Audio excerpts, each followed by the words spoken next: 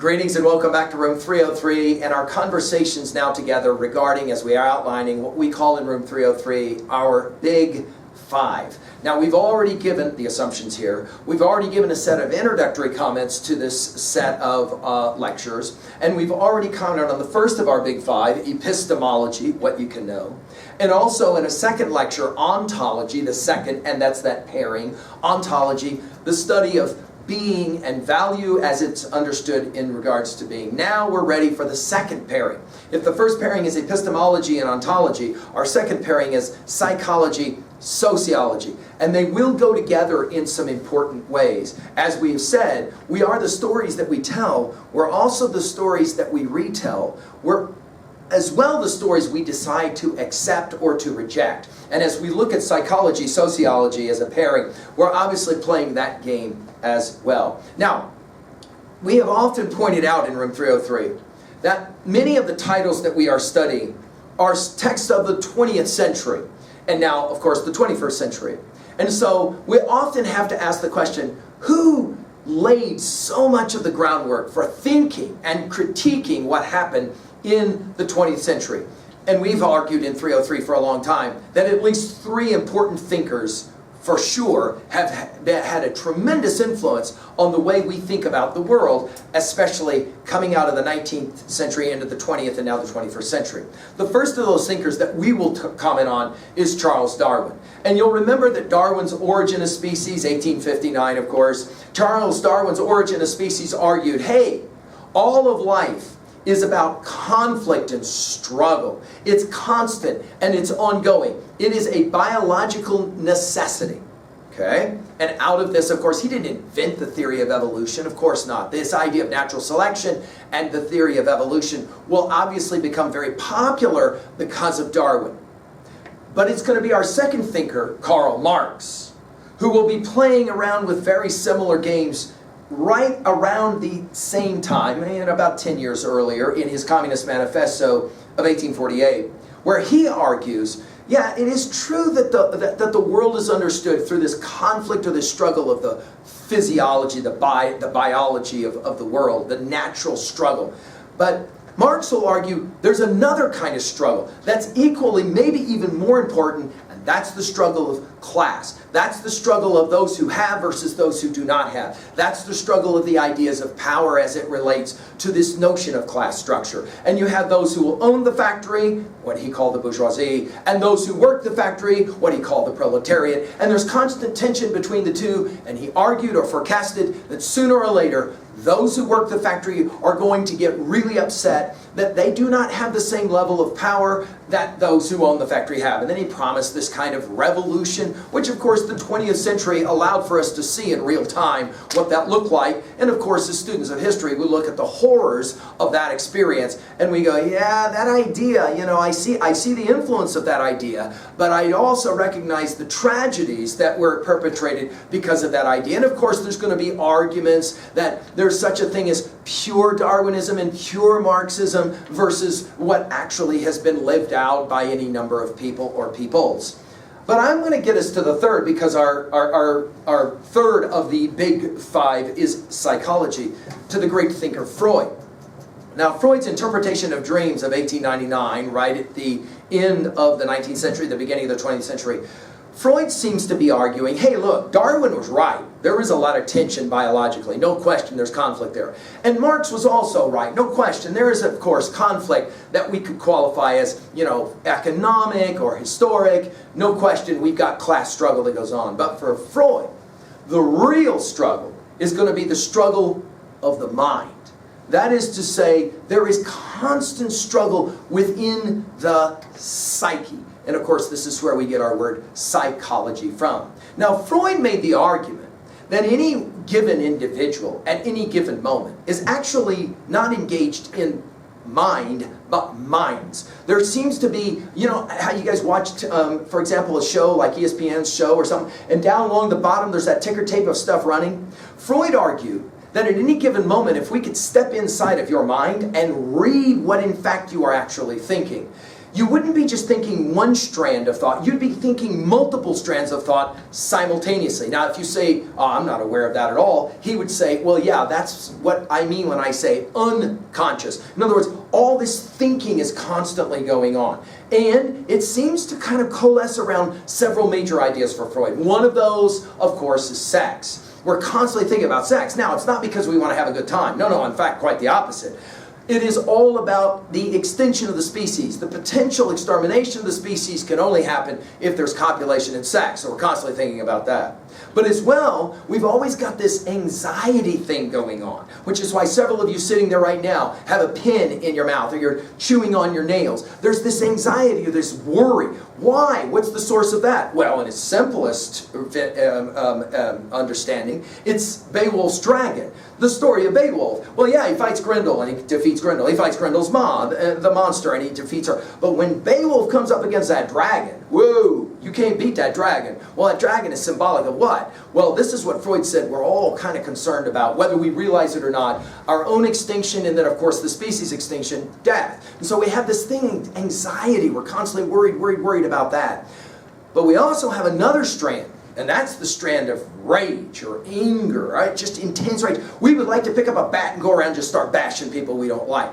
We, however, sublimate all those feelings. That is to say, we make sure we don't express those feelings, so we have different ways of expressing those feelings. That's why, for example, I can say something nice and it be mean. Freud said all of this is happening in the psyche constantly, which is why the human condition is so much about, at the same time, anger, rage, anxieties of all different kinds. Now, this idea was very influential, as we pointed out elsewhere in our analysis of Faulkner and Joyce and Virginia Woolf and other great stream of consciousness writers, where they are trying to capture not what's happening physiologically, but rather what's happening psychologically. See, because there's two ways to tell a story.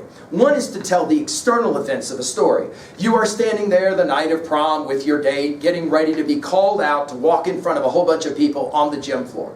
You're hopeful that you don't fall down and make a complete idiot of yourself, and you're waiting. 3 in front of you, their names are called. Now, if I'm telling the story, one way to tell it is, of course, from the physical instantiation. Another way to tell the story is do nothing but just record what you are thinking. And what are you thinking? Well, James Joyce pointed this out in his classic Ulysses, the novel Ulysses. There's a lot that you could be thinking. And guess what? A lot of it has nothing to do with being called and walked out onto that floor in front of all those people and hoping that you don't fall down.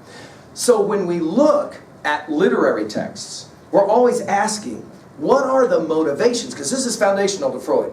Okay, he borrowed obviously heavily from his study of the ancient traditions, especially Plato. But this is his argument. We act, but we often don't know what the motivations are that stand behind those actions. And an analysis of those motivations will oftentimes explain why we are acting the way we are acting. Which is why Freud, in his classic approach to psychosis, would often ask about one's upbringing. Tell me about your childhood, which is, of course, today kind of a joke, right? But the argument that we will make in our Big Five is, anytime we pick up a text, let's just talk Crucible since we've been mentioning Crucible a number of times, Miller's play.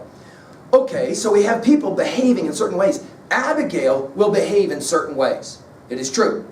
But our question is, what's her real motivations? What stands behind all of her actions? It's easy to just look at Abigail and just write her off until we begin to analyze, wait a minute, Abigail Williams is much younger than John Proctor. John Proctor shows her some affection and sleeps with her. Naughty, naughty, not allowed to be done. And then John Proctor's wife, Goody Proctor, will get rid of her. Now Abigail Williams is in a very interesting position. There is talk in the community that maybe she has been sexually compromised. This matters within the context of the setting, as we are talking about Salem in roughly 1690. And to that degree now, she begins to fester a certain kind of ill will towards not John Proctor so much as John Proctor's wife. So you have an interesting set of motivations that Abigail Williams may not be completely aware of. We're back to this notion of unconscious herself. However, we, as viewers of the text, will do two things. We study Abigail Williams and we go, oh, we'll have an opinion about her. It's usually not positive but negative. Not very gracious. Not very understanding. But then the second orientation is to look at ourselves. When is the times in our own life when we behave in certain negative ways, but we're not really sure why? It's like some of you have said before, I'm just feeling really nasty today and I don't know why. Freud said, the understanding of why is central.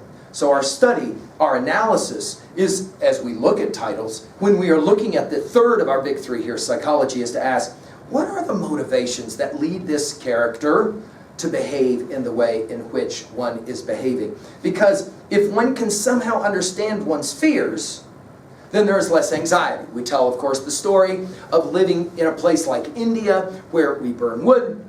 It's the nighttime, we look up, there's a beautiful moon, we go out to get the wood, and the wood shed, we lean over, and there is this huge coiled king cobra ready to bite us right in the eyes, and we will die. Our fear is intense. We don't even move. We can't even breathe. And yet, as our eyes begin to grow accustomed to the light, we recognize that it's not moving, and we immediately think, oh, maybe it's a cobra that's dead. And then our eyes get a little more accustomed to the light, and we see it as coiled rope, and we go, whew. Now, Freud argued, along with Socrates, that relief, that's what we're looking for.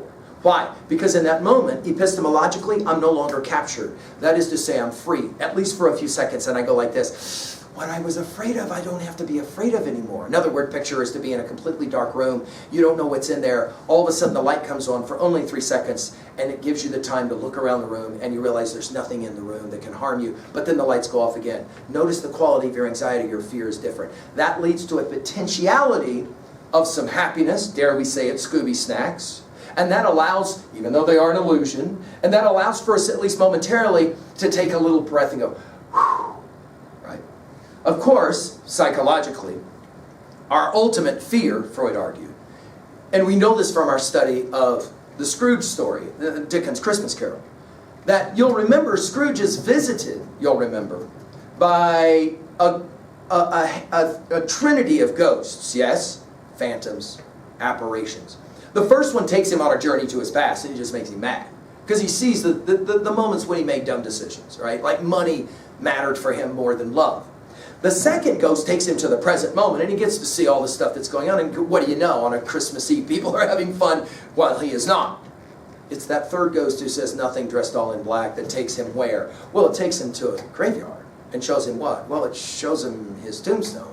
It's at that moment, when Scrooge looks at his own tombstone, what's he ready to do? Fall down on his knees and beg for just one more day. Why?